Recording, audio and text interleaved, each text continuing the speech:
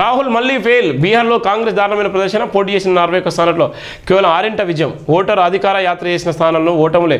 అసలు సమస్యలు పక్కన పెట్టి ఇతర అంశాలపై ఫోకస్ చేసిన నేపథ్యంలో ఓడిపోయినటువంటి నేపథ్యం కూడా మనం చూస్తున్నాం. ప్రధానంగా ఉన్నటువంటి నేపథ్యం KTR 1 man show utter flop.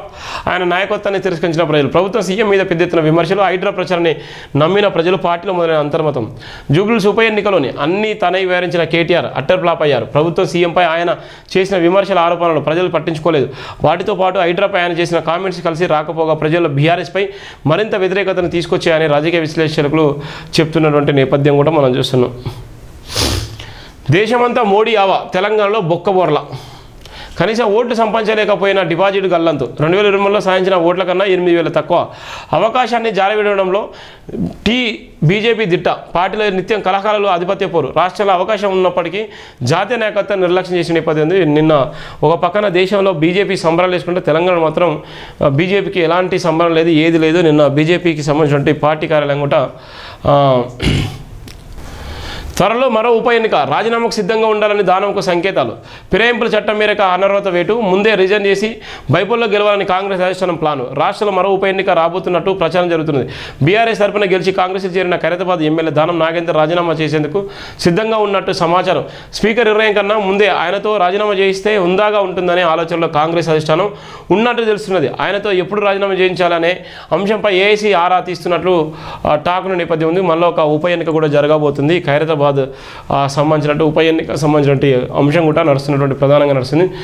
Jubilee జోష్తో ఈ స్థానిక ఎన్నికలకు ఎల్లుండి జరిగే కేబినెట్ భేటీలో ముందు సర్పంచ్, ఆ తర్వాత ఎంపీటీసీ, జడ్పీటీసీ ఎలక్షన్. కోర్టు తీర్పు వచ్చాకే బీసీ రిజర్వేషన్పై క్లారిటీ ఇచ్చేటువంటి నేపథ్యం కూడా మనం చూస్తున్నాం.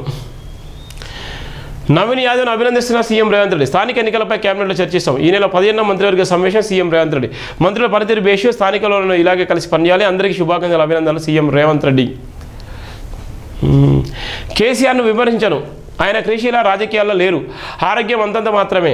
ఆయన కుర్చీపై హరీష్ కేటీఆర్ కన్ను. అందుకే కేసీఆర్ను పదవుల నుంచి తప్పించే ప్రయత్నం.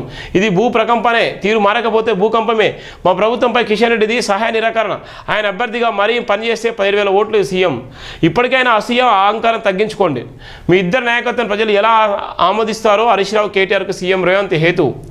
మాజీ సీఎం కేసీఆర్ను తాను విమర్శించబోనని సీఎం రేవంత్ రెడ్డి స్పష్టం చేశారు. ప్రస్తుతం ఆయన క్రియాశీల రాజకీయాల్లోకి దూరంగా ఉన్నారని చెప్పారు. ఆరోగ్యం అంతంత మాత్రమే ఉన్నవారని విమర్శించడం భావ్యం కాదన్నారు. కేసీఆర్ కుర్చీ కోసం ఆయన్ను అన్ని పదవుల నుంచి తప్పించాలని హరీష్ రావు కేటీఆర్ పోటీ పడుతున్నారని వివరించారు. జూబ్లీహిల్స్ బైపోల్ ఫలితం అనంతరం సీఎం రేవంత్ జూబ్లీహిల్స్లోని తన నివాసంలోకి మీడియాతో మాట్లాడి ఈ సందర్భంగా బీఆర్ఎస్ బీజేపీ నేతలపై ఘాటు విమర్శలు చేసినటువంటి పరిస్థితి అయితే మనం చూస్తున్నాం.